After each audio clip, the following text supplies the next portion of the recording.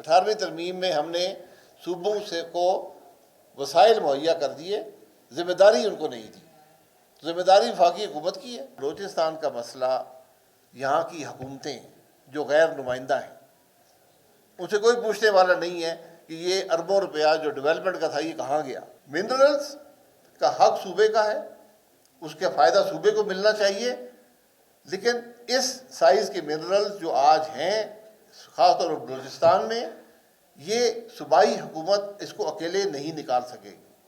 ایک تاثر ہے جو قائم کیا گیا ہے کہ صوبوں کے درمیان کچھ کشیدگی پیدا ہو۔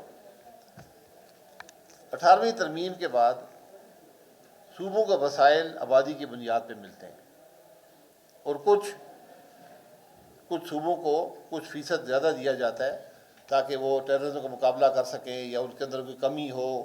فاٹا جب ہوا تھا اس کو بھی کچھ اضافی وسائل رکھے گئے تھے، اس قسم کی چیزیں رکھی گئی ہیں۔ تو صوبے اپنے ان وسائل کے اندر کام کرتے ہیں۔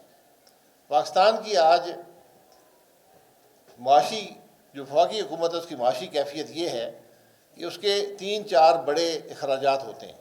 ایک سب سے بڑا سود ہے، پھر اس کی دوسرے نمبر پر مسلح افواج کا خرچہ ہے، تیسرے نمبر پر حکومت کا اپنے اخراجات ہیں حکومت چلانے کے، اور چوتھے نمبر پر ڈیولپمنٹ ہوتی ہے۔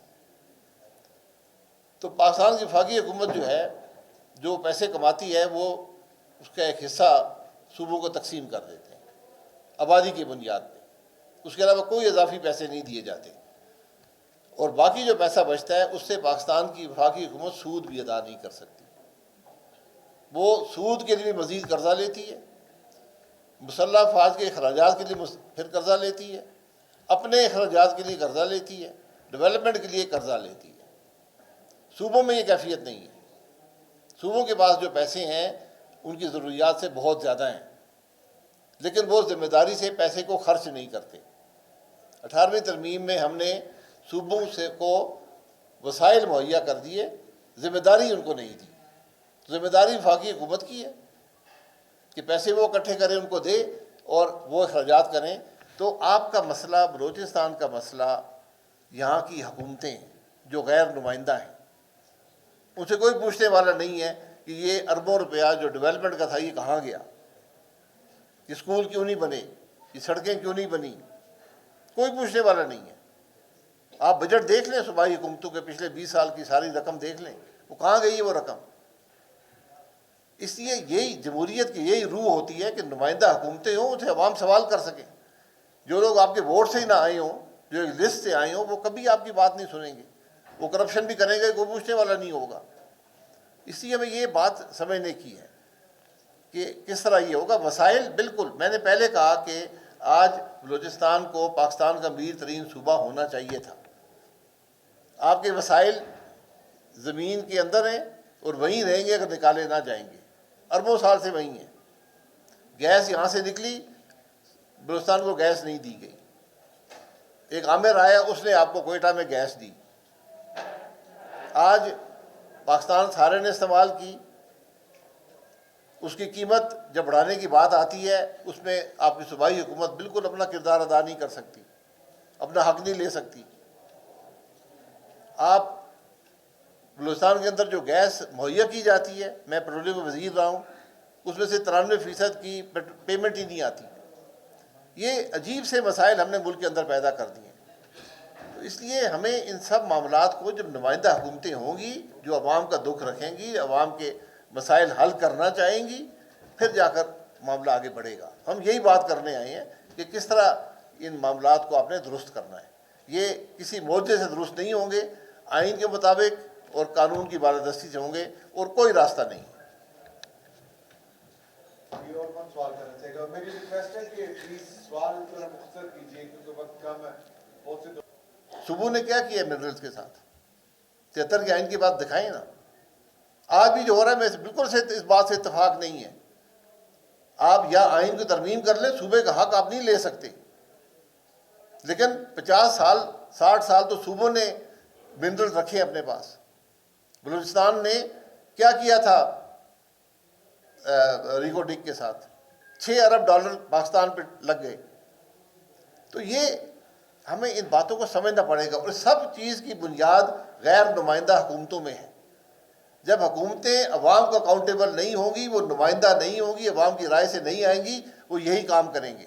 منرلز کا حق صوبے کا ہے، اس کا فائدہ صوبے کو ملنا چاہیے، لیکن اس سائز کے منرلز جو آج ہیں خاص طور پر بلوچستان میں، یہ صوبائی حکومت اس کو اکیلے نہیں نکال سکے گی، اس لیے وہ شراکت میں آپ کو کرنا پڑے گا۔ یہ میری ذاتی رائے ہے۔ شراکت کا یہ مطلب نہیں ہے کہ آپ کے وسائل وفاق لے لیں۔